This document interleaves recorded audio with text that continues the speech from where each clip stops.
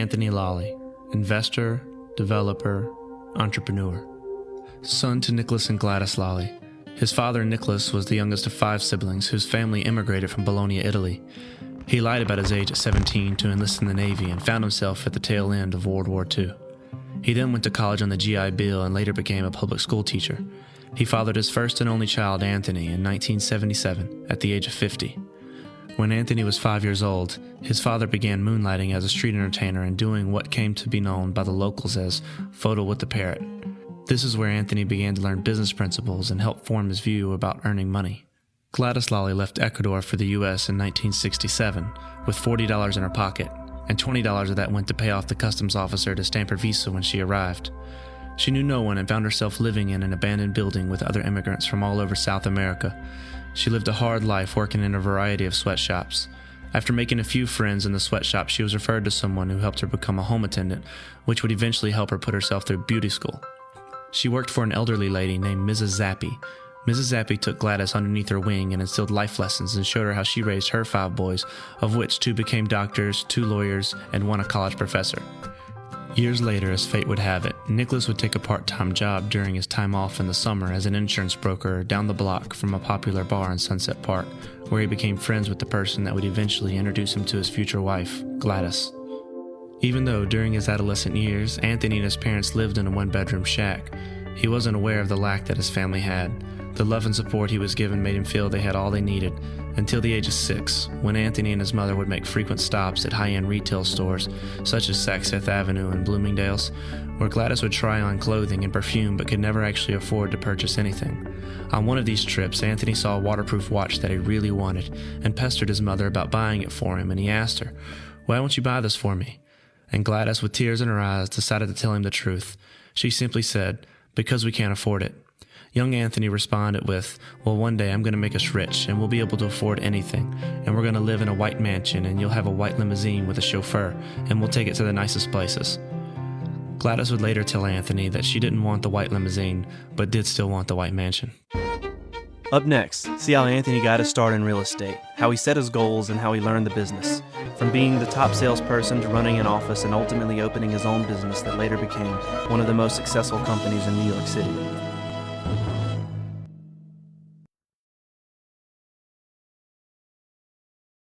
Anthony first became interested in real estate when he witnessed his friend's father get his salesperson's license and begin making money right away.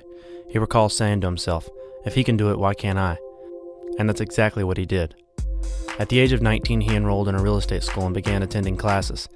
Anthony tells a story often about what he was thinking while he was sitting in the classroom. To him, it made no sense that the instructor of the school was talking about how much money can be made in real estate, and yet he was not working in real estate himself. Instead, he was teaching a class. So he asked the instructor about this. The instructor told him that he wasn't just the instructor, but that he owned the school. And suddenly it made sense to Anthony. He quickly did the math, multiplied the number of students by the price of the course, and factored in how many courses per year were taught, and he saw the potential. One day I'm going to open a real estate office, buy a bunch of buildings, start a construction company, and renovate the buildings, open a real estate school, recruit all my friends and family to come work for me, and become a success story. The first step was getting his real estate license, which he did. The second was finding a broker he could work for. Once licensed, he went to work for the biggest company in Brooklyn. There he learned the business and started to love it. About a year later, he left and started looking for a sponsoring broker in the prestigious neighborhood of Brooklyn Heights. So he spoke to every broker that would listen and was turned down time and time again. He was looked at as being too young and inexperienced for the highly competitive real estate world of Brooklyn Heights. He finally stumbled upon a raggedy old office on the 2nd floor where he walked in and an old man told him 2 things: that he wasn't hiring and that everyone was suing him. Despite what appeared to be a negative start, Anthony's strong desire to get his foot in the door in that neighborhood drove him to convince the old man to sponsor him, which he did with one condition. He told Anthony, "Here's the deal, it's 50-50. But when I say 50%, I mean 50% of everything. 50% of the commission and 50% of the bills." Anthony took the deal. He started working in Brooklyn Heights and quickly became one of the busiest agents in the area. He went on to assemble a group of 9 agents to work for the company. The broker eventually showed his true colors and put stop payments on the agents' commission checks. Eventually they all left and he did the same to Anthony, which forced him to leave and contemplate his future. Anthony now found himself debating on whether to work for another firm or to take the advice his mother had given him, which was to open his own office. He took his mother's advice and started looking for spaces. Initially he was going to rent a space in Brooklyn Heights, but his mother again wisely advised him to stop looking for commercial spaces to lease. She told him that the money he would be spending for rent he could easily buy a building in another neighborhood. So he started looking for buildings, and one day while driving home, he stopped at a red light, looked over to his right, and saw a man posting a for sale sign on a property on 4th Avenue and 21st Street. Anthony, doing what all good real estate brokers should do, got out of his car and spoke to the guy who happened to be the owner and got the listing. After touring the property, he saw the potential, and despite it being located in an area that was a bit further out than he wanted it to be, he thought it could work well for him both as an investment property and for the purpose of setting up an office on the ground level commercial space. The building needed a lot of work, and because he could not afford to hire expensive contractors, he learned construction by hiring day laborers and watching them and working alongside them. He found himself being a real estate agent by day and contractor by night. But all that hard work would soon pay off. Little did he know that this would be the future home of one of the most successful rental companies in New York City. Up next, Anthony gets Rapid Realty up and running, and months later suffers a dramatic setback that would force most people to throw in the towel. Anthony's resilience pushes him to bounce back, and he expands his real estate portfolio. He grows the company, then goes on a media blitz and puts Rapid on the map.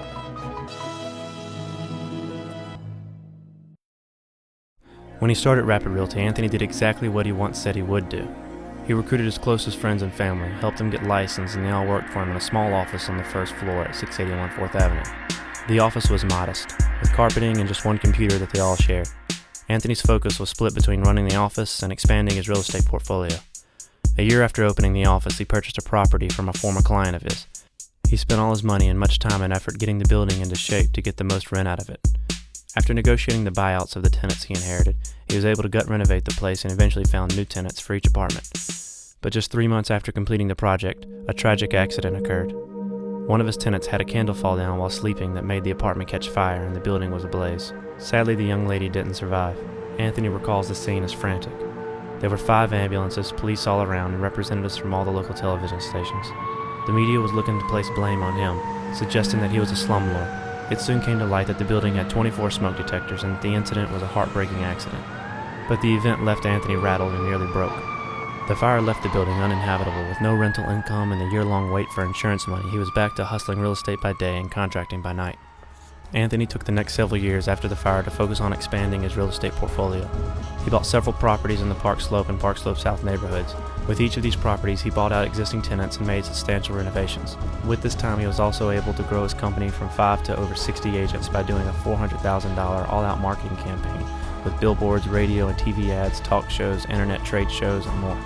Soon after this, he helped his parents start a real estate school on the second floor of his office and quickly ran out of space and was forced to move it to one of his properties in Park Slope South. After moving the school, he purchased a home in Bay Ridge and began a multi-million-dollar gut renovation of it, turning it into the dream home he had promised his mother years before.